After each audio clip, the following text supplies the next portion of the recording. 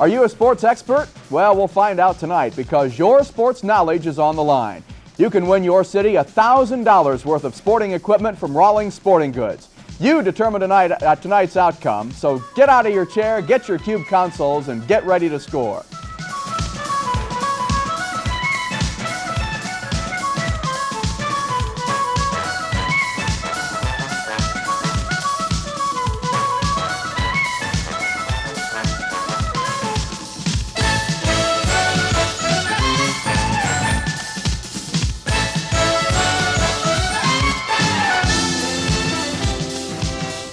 Good evening, sports fans. I'm George Lehner, and welcome to Score, the show where you're the player for your city team in national competition for that grand prize. Here's how the game is played. We'll ask you a series of sports-related questions. When you see the Touch Now sign, touch in on the response that you think is correct.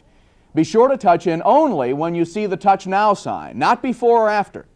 The percentage of people who get each question correct in your city will be the amount of points that city will receive.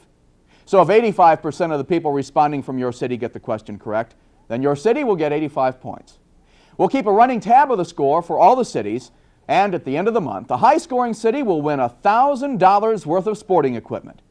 We'll have questions from sports celebrities and special guests, so get those consoles out and get set for the first question. This question is about a sport that's popular in all of our QUBE cities participating tonight, football. Here it is. Hi, I'm Preston Pearson, former Dallas Cowboy running back, and I've got a football question for you. Here it is. Which quarterback in the NFL holds the record for the most pass completions in a single game? Is it number 1, Fran Tarkington, number 2, Danny Fouts, 3, Joe Montana, 4, Richard Todd, or is it number 5, Kenny Anderson? Touch now.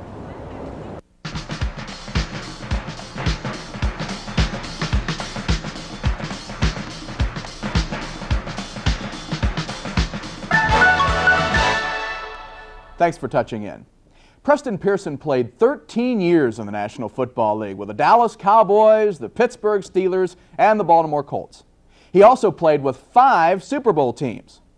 QUBE Network reporter Gordon Cohen asked Preston how he'd rate current Cowboy quarterback Danny White against Terry Bradshaw of the Pittsburgh Steelers and former Cowboy great Roger Staubach.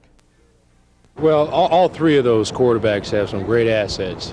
Roger Staubach was probably the greatest competitor out of all the quarterbacks that I've played with. Bradshaw has the greatest arm. Physical abilities, and that man was better than any that I've played with. Johnny Unitas was another great quarterback that I've played with. He probably had more overall ability than anybody that I've played with. Danny White, I think, has general abilities and all. I think at this point he is a young man that really has not fully developed. To me, his greatest asset is his ability in the intellectual part of the game. Danny has the ability to check off at the line of scrimmage as good as, if not better than any that I've seen. And Roger was very good at that too. Also the fact that Danny has not proven that he can win the big game or the so-called big game is a factor I think that's in his favor because he's played behind people like Roger Staubach, who was a great, great competitor. And I think that we'll see Danny White come back in 1984 season for the Cowboys and prove that he should be in that class with the Staubachs and the Johnny Unitases and the Terry Bradshaws. Former Dallas Cowboys running back Preston Pearson. Thanks to Gordon Cohen in Dallas for that interview. The correct answer to our question is button number 4, Richard Todd. The New York Jets quarterback completed 42 passes in 60 attempts for 447 yards and 3 touchdowns in a game against San Francisco back in 1980. But the Jets still lost the game 37-27. Let's take a look at the results. And you'll see St. Louis jumped out to an early lead with 11 points. And Dallas and Pittsburgh tied with 6 points, right behind Houston with 7. This next question is about boxing, which has produced many great champions in different weight classes over the years. The most famous, of course, is the heavyweight division with current champion Larry Holmes. Now here's the question. How many weight divisions are there in professional boxing? Touch button number 1 if you think the answer is 5, button 2 for 8, button number 3 for 11, button number 4 for 14, or button number 5 for none of the above. Touch when you hear the music and see the Touch Now sign.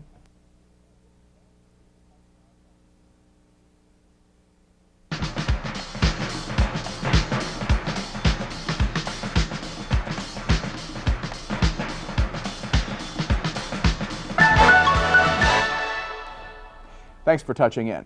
I'd like to take this time to let you know that QUBE will be televising a great fight this month. May 20th, Larry Holmes defends his heavyweight title against Tim Weatherspoon. You'll get a chance to rate the rounds in the fight right along with the judges, so stay tuned for all the action. The correct answer to our question was button number 5, none of the above. Actually, there are 15 weight divisions recognized by both the WBA and the WBC. They are the junior flyweight, flyweight, junior bantamweight, bantamweight, junior featherweight, featherweight, junior lightweight, lightweight, junior welterweight, welterweight, junior middleweight, middleweight, light heavyweight, cruiserweight, and the heavyweight. 15 divisions in all.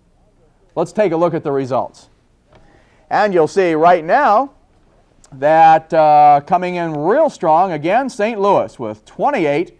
They now have 39, followed by Houston with 32, Pittsburgh with 27, Dallas with 28, a tie with Pittsburgh and Columbus, and Cincinnati right behind. Real close competition thus far on score. Here's our next question. The first Super Bowl was held on January 15th, 1967, between the champions of the AFL, the Kansas City Chiefs, and the NFL champions, the Green Bay Packers. Green Bay was a 13.5-point favorite going into that showdown, and they really had little trouble winning the ball game. Our question is, what was the final score of Super Bowl number 1? Touch button number 1 if you think it was 16-7, button number 2, 23-7, button number 3, 33-14, button number 4, 35-10, and button number 5 for none of the above. Touch when you hear the music and see the Touch Now sign.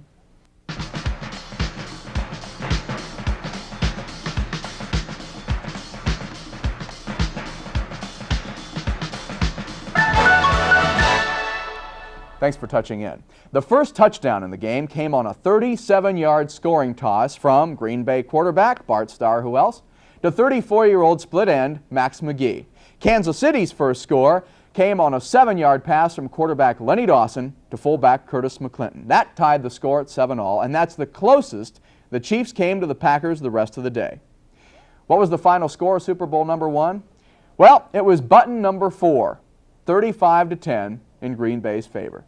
The Packers' other scores came on a 14-yard run by fullback Jim Taylor, a 5-yard run by Elijah Pitts, another Starr to McGee connection, this time for 13 yards, and another run by Pitts from 1 yard out. Kansas City could only muster one field goal the rest of the game, a 31-yarder by Mike Mercer with 54 seconds remaining in the half. Let's see how everybody did on that one. And you can see that Pittsburgh came in with 34 points, giving them a total of 61, tied with Dallas right behind leader Columbus. They've got 65 points after bringing in a 38 on that last question. Coming up, lacrosse, basketball, and America's favorite pastime after this.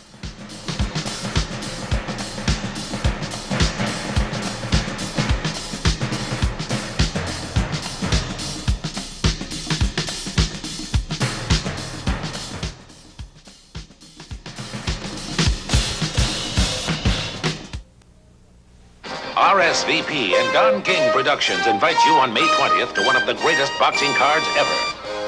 Not one, but 3 heavyweight championships right in the comfort of your own home.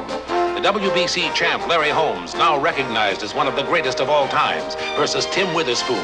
He's young, hungry, and has one of the biggest punches in the division. Then, a rematch of one of the most controversial fights ever. The 1-round, 63-second TKO of Mike Weaver by Michael Dokes. Weaver's determined to win back the WBA title. For the United States Boxing Association title, Greg Page takes on Ronaldo Snipes, with the winner guaranteed the next shot at the Holmes-Witherspoon winner. Finally, a junior heavyweight title. Ossie Ocasio defends his WBA junior heavyweight championship against #1 contender Randy Stevens. Join the judges ringside and score the fights round by round with your QUBE console May the 20th, 9 p.m. Eastern, 8 Central on Viewer's Choice. Welcome back to Score. Before we get to the next question, let's see how our inter-city competition is going thus far. And of course, based on some of the last standings, there's still a lot of action to go. So you people in St. Louis that are down there with 50 points, don't worry about it. Columbus has 65 points. But come on, Cardinals fans, there's a lot of time remaining in the show. A sport which some of you may not know much about is lacrosse. And our next question deals with lacrosse. Let's watch. Hi, I'm Todd Parker, assistant lacrosse coach for the Ohio State Buckeyes. Just as any sport has a certain number of players per team, so does lacrosse. How many players compose a lacrosse team? Touch button number 1 for 7, number 2 for 8, number 3 for 9, number 4 for 10, or touch button number 5 for none of the above. Touch when you hear the music and see the Touch Now sign.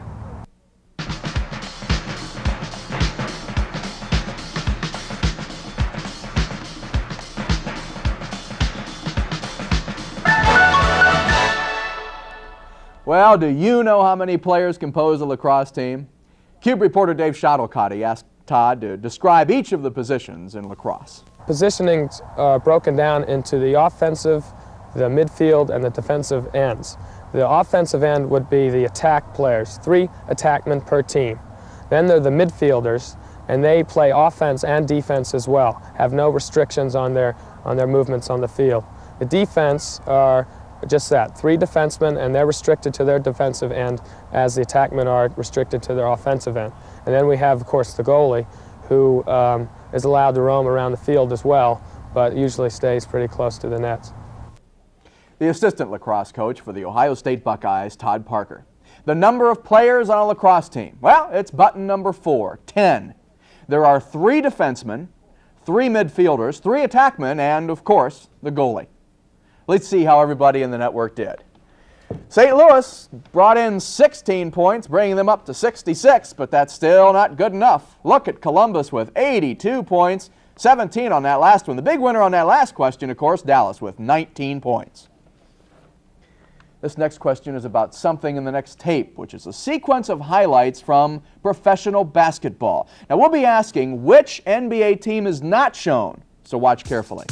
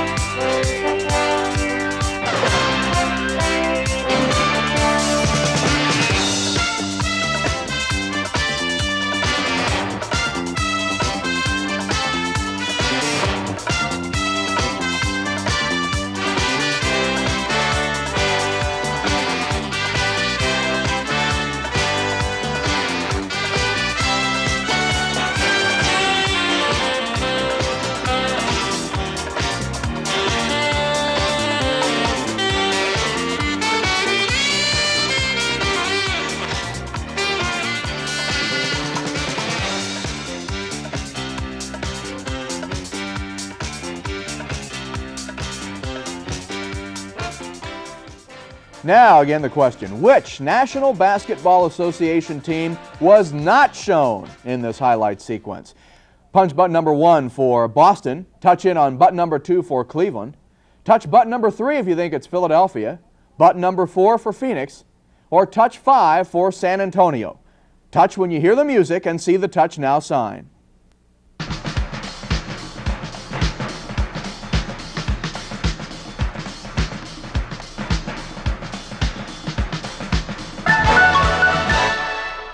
Thanks for touching in. Which team was not represented in that highlights tape?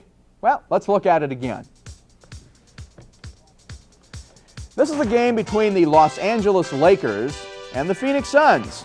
That's Kareem Abdul-Jabbar with one of his patented sky hooks for 2 points. Now, you'll notice the checkerboard type floor indicating it's the Boston Gardens, and the Celtics are playing the Detroit Pistons. The Pistons get 2. This particular game features the Cleveland Cavaliers and the Philadelphia 76ers. Of course, the incredible Dr. J, Julius Erving. 6 teams so far. The rest of the highlights were just action from these games. Detroit and Boston, the Lakers and the Phoenix Suns.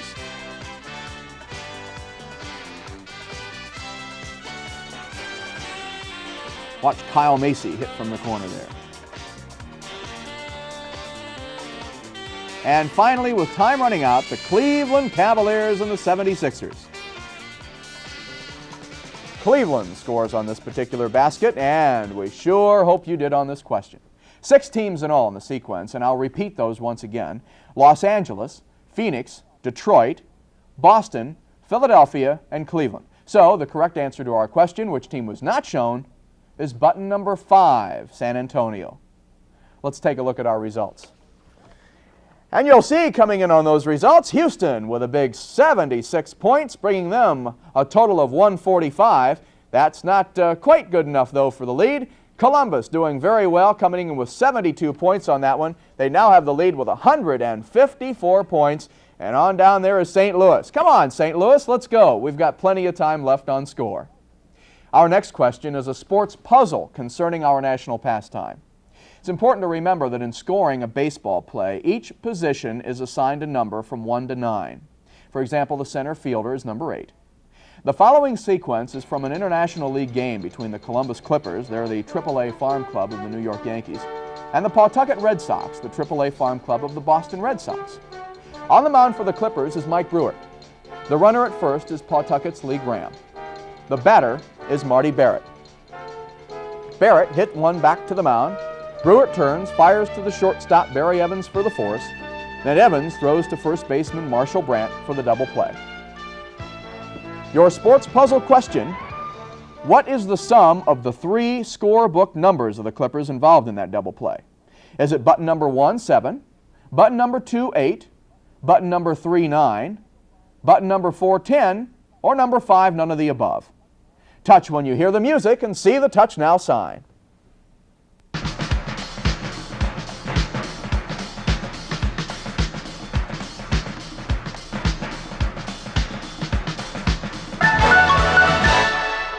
Thanks for touching in. As we said, for scoring purposes, each position is assigned a number from 1 to 9.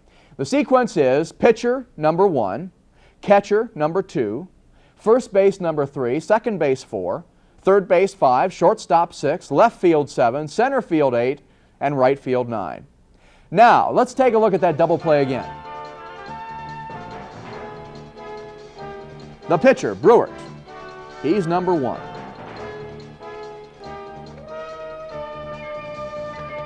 Takes the ball and he throws to the shortstop, Barry Evans. He's number 6. Evans then throws the ball over to the first baseman, Marshall Brandt. He's number 3. And that completes the double play.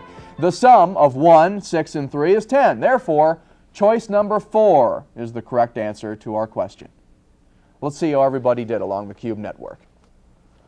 And as you can see, Pittsburgh with 45 points, bringing them to 179, but still behind Columbus. Columbus doing a great job tonight with 193 points thus far.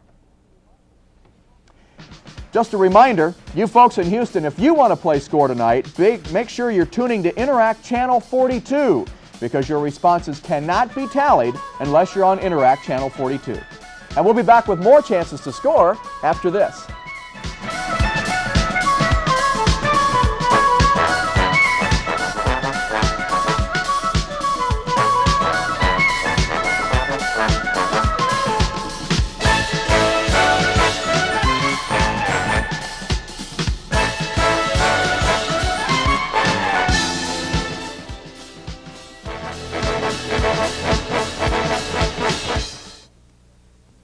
Do you have the magic touch? QUBE lets you find out every Tuesday and Thursday night. Join host Bill Myers for this exciting game show.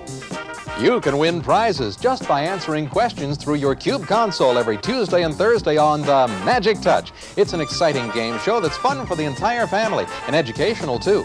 Play every Tuesday and Thursday night at 7:30 Eastern, 6:30 Central Time, only on this channel and only on QUBE. And see if you have the Magic Touch. Hammer's Justice. The Hammer's Way. Mickey Spillane's best-selling classic thriller, the world's hottest detective, in I, the Jury. He's easy to love. I've come to make amends. Goodbye, Charlie. Screw you, Hammer! And dangerous to cross. I, the jury. Welcome back to Score. Well, as you can see from our standings, Columbus is ahead, so the rest of you need to get back in that ball game. And here's your chance. In high school wrestling, points are scored when an individual performs certain moves on his opponent. How many points would a high school wrestler receive if he scored a reversal? Touch button number 1 for 1 point, button number 2 for 2 points, button number 3 for 3 points, button 4 for 4, or button number 5 for none of the above. Touch when you hear the music and see the touch now sign.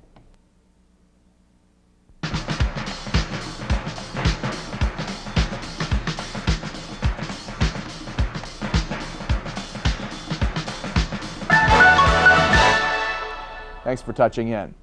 Wrestling is a sport which dates back to prehistoric times. It was introduced into the Olympic Games in Greece around 708 BC. And as a matter of fact, the Greek philosopher Plato won many prizes in wrestling when he was a young man.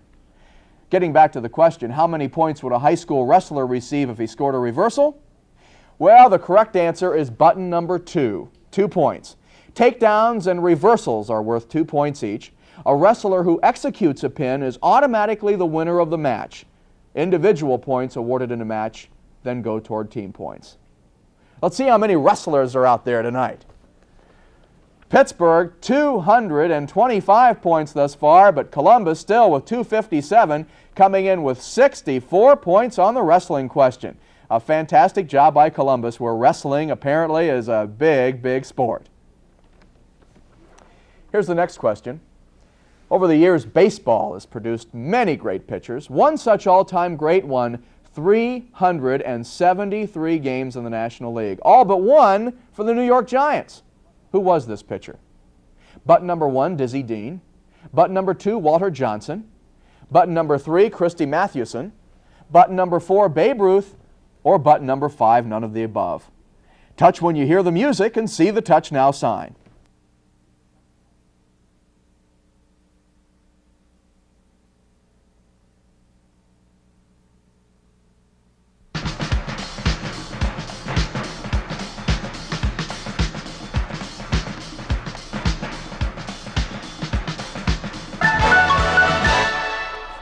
Thanks for touching in.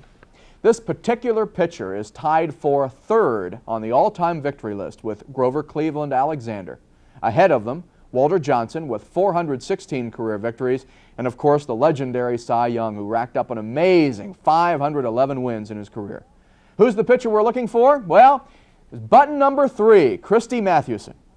Mathewson won 372 games for the New York Giants in 17 professional seasons. He also won 1 game for the Cincinnati Reds. Mathewson was one of the first players elected to the Baseball Hall of Fame when it was established back in 1936. Let's take a look at the results from our question. You'll see Pittsburgh with 38 points. Boy, those Buccos know their baseball, don't they? And coming in right behind them, Columbus with 31. And that gives Columbus the lead. Again, 288 points thus far tonight. Pittsburgh right behind with 263 points. There's a lot of time left. Houston and St. Louis with 236. There's still a lot of time. Let's continue now with a question about basketball. The Boston Celtics have a remarkable winning tradition. How many National Basketball Association titles have the Celtics won? Touch in on button number 1 if you think the answer is 8, button number 2, 10, button number 3, 12, button number 4, 14, or button number 5, none of the above. Touch when you hear the music and see the touch now sign.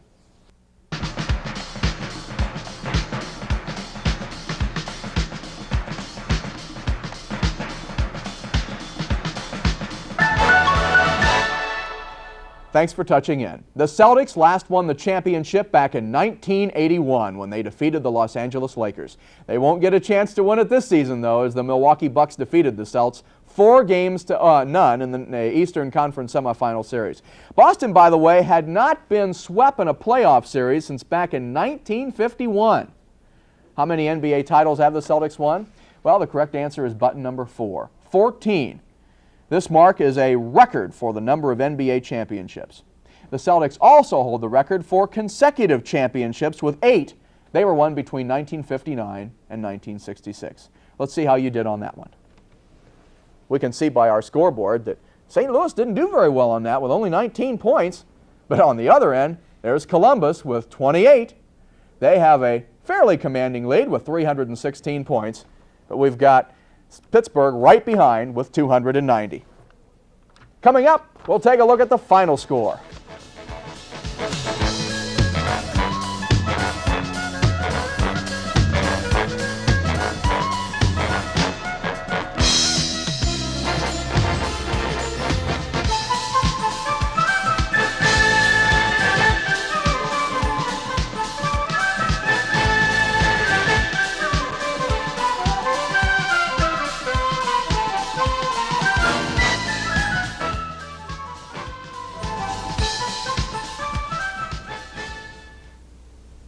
This time, Jack Brown is about to go too far. I want him. He's not for sale. Daddy said anything I wanted, anything in the store. Wrap him up. The Toy. Are you crazy? Starring Richard Pryor and Jackie Gleason. What do you need? Well, let's start at 1,000. We'll work our way up from there. 1,000 is highway robbery. 2,000. 2,500. For that kind of money, if Eric blows his nose, you wipe him. $3,000. That's a deal. I only have the boy for 1 week a year. Well, you ought to get better lawyers. You shouldn't have to have him that long. If you want a friend, you don't buy a friend. You earn a friend. The Toy. Jolting tales of horror. Creep show. You'll scream, ghastly ghouls. Cringe at weird kids. And shiver at the doings of evil doctors. Creep show. The most fun you'll ever have being scared. Coming May 20th, 3 heavyweight championships right in your own home. First, the great WBC champ Larry Holmes versus hard-hitting Tim Witherspoon. Second, a rematch of the controversial one-round knockout of Mike Weaver by Michael Dokes for the WBA title. Third, the USBA heavyweight championship, Ronaldo Snipes versus Greg Page. QUBE takes you ringside to score the fights round by round, May the 20th at 9 p.m. Eastern, 8 Central on Viewer's Choice. Before we take a final look at the standings tonight, it's going to be a big weekend on television. Saturday, the big day in sports, of course, all starting out with a 109th running of the Kentucky Derby from Churchill Downs in Louisville. Catch all the excitement of this great race at 4:30 Eastern, 3:30 Central Time on ABC. ESPN is featuring a USFL doubleheader Saturday night. At 7 Eastern, 6 Central, the Boston Breakers take on the Los Angeles Express, immediately followed by the game between the Michigan Panthers and the Arizona Wranglers. And then if football's not your cup of tea, the USA Network will provide live coverage of the Stanley Cup hockey match on Saturday evening at 8 o'clock Eastern. Now looking at the final scores. For this, our first night of competition, Columbus, 316 points. Pittsburgh right behind. Then look at Dallas, Houston, and Cincinnati running neck and neck for those spots. And St. Louis right in there along with Cincinnati. We're going to have a whole month of competition, and there's plenty of time left. Those are the first sets of standings for the month-long competition. In the coming weeks, we'll have more sports questions. And at the end of the month, the high-scoring city will win $1,000 worth of sporting equipment from Rawlings Sporting Goods. Next week's score will feature questions about tennis, horse racing, and hockey. So study up and be ready for score.